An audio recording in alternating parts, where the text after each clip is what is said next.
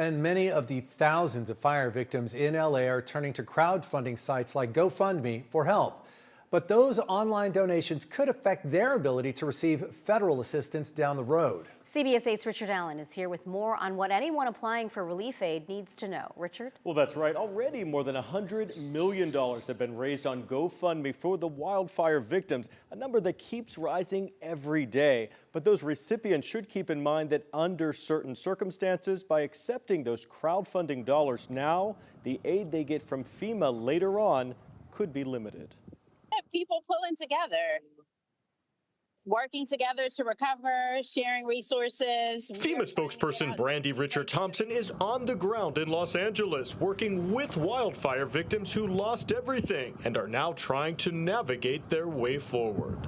I think it's beautiful that so many people are willing to give to support others in their community, and we love that. Much of that support is now coming through GoFundMe and other crowdfunding sites. But along with that comes a caveat.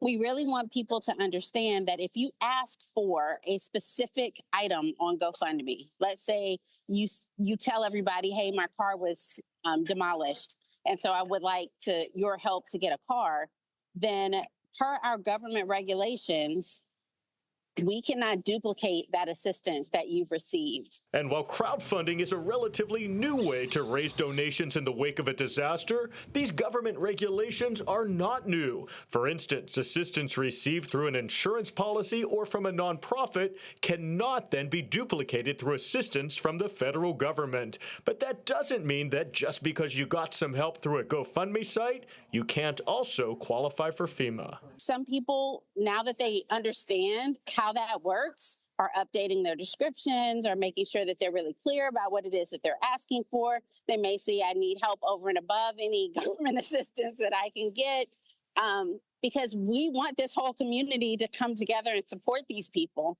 because we know that FEMA assistance is not going to be enough to make them whole. But even if you do receive crowdfunding dollars, Richard-Thompson emphasizes it's important to still at least apply for federal relief. We want people to do that regardless of if they have a GoFundMe page or not. That way, FEMA can review your individual case and determine what assistance you may be eligible for. We'll figure it out together because we're all a part of helping people to recover.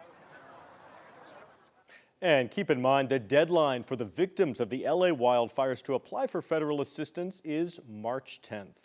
There's a little bit of nuance here, though, right, Richard? Receiving donations from GoFundMe, just donations period, does not automatically make someone ineligible for all federal help. That's exactly right. So it depends specifically on what help it's designated for. Essentially, you're not allowed to double dip. So if you've already gotten money for a specific disaster-related expense like home repairs or funeral expenses through GoFundMe or through your insurance policy or through a nonprofit, you wouldn't then be eligible to get federal funds for that same expense. Could be an expensive mistake for somebody, so it's good to get the word out there. Richard Allen reporting for us. Thanks, Richard. Thank you.